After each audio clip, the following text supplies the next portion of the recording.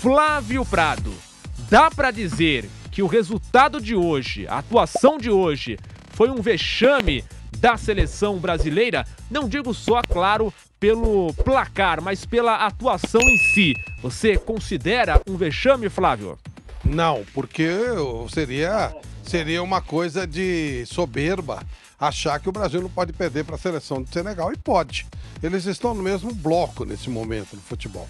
Vem um bloco principal, tem a França talvez, e depois vem um monte de seleções mais ou menos do mesmo bloco ali. E o Brasil talvez esteja um pouco acima nesse bloco intermediário e Senegal um pouco abaixo. Mas eles estão no mesmo patamar. Então seria realmente uma soberba perder de Senegal. Ué, França já perdeu de Senegal na Copa do Mundo. Muita gente perde de Senegal. Uma boa seleção.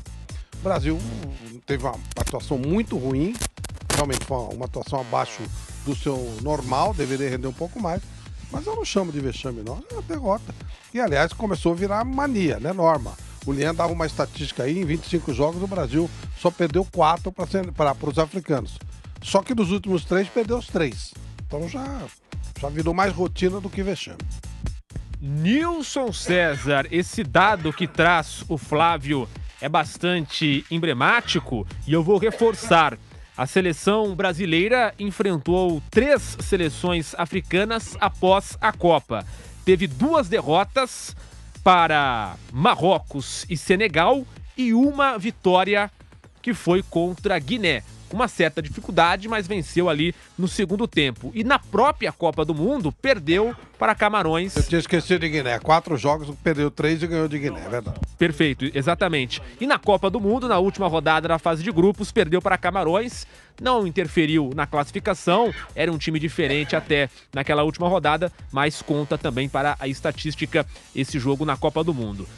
Nilson César, 3 seleções africanas pós-Copa do Mundo.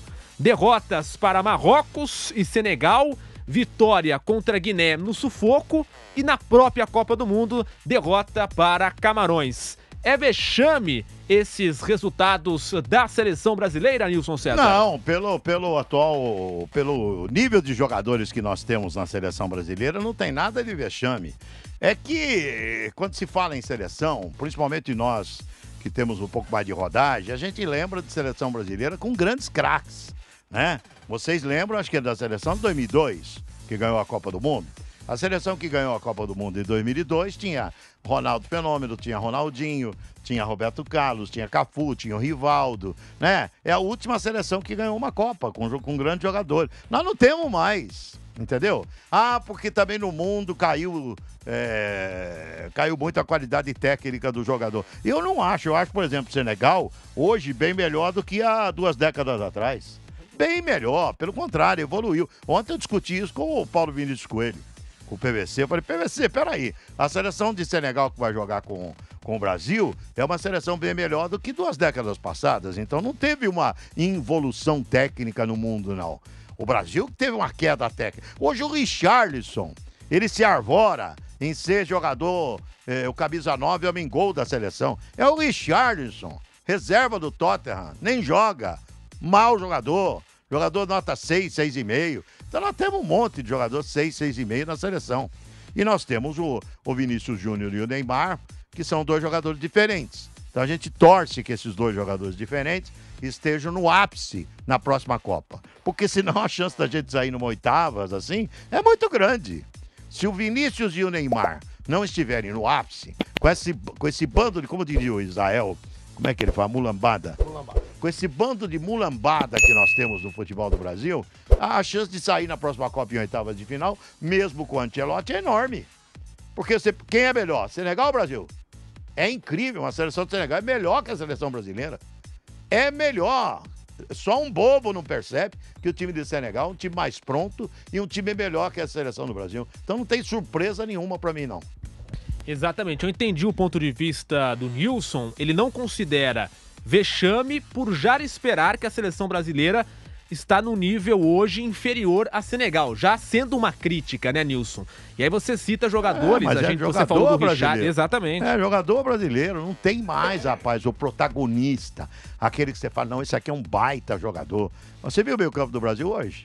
Tinha o Joelinton, tinha o Bruno Guimarães, Paquetá. Né? E o Paquetá. Esse Paquetá pode jogar 800 anos, ele vai ser isso aí. É isso que você vê do Paquetá. Não tem perspectiva de evolução. Você fala, não, esse jogador tem uma grande perspectiva de evolução. O ataque nosso tinha Rony e Pedro um momento. Outro instante tinha Malcom e Richarlison. Sabe? A coisa é braba, rapaz. A coisa é feia. É duro de a gente engolir isso, né? Porque a gente quer ver um Brasil diferente, mais forte. Mas essa é a realidade atual do futebol brasileiro. É visível que a seleção brasileira não tem ali hoje um coletivo forte e isso acaba respingando em jogadores também para tentar jogadas individuais. Então, quando você não tem um coletivo bem, o individual também acaba ficando abaixo do esperado. Dá para citar vários jogadores aqui, como o próprio Vinícius Júnior, até mesmo talvez o Richarlison, alguns jogadores da defesa. É um time, né, Flávio, que hoje não tem o coletivo forte e aí a gente pode tentar justificar de diversas maneiras. Uma delas é a questão do técnico. Hoje você não tem um técnico ali definido, você tem o interino Ramon Menezes, tem essa conversa toda, enfim, em cima do nome do Carlo Ancelotti. Queria que você falasse mais sobre isso, porque parece hoje que a seleção brasileira está abandonada, uma grande bagunça nesta questão de comando técnico. É o que parece, pelo menos pela atuação dentro de campo. Olha, você tem razão quando você fala do coletivo, né? O Brasil hoje está numa fase de transição. O Tite ficou lá por dois períodos, né? Para mim fez um trabalho bom, de um nível bom. Não ganhou porque hoje tem várias equipes do mesmo nível, poderia ter vencido. Acabou não vencendo, nada do outro mundo, nada. Aqui no Brasil é que se faz tragédia, né?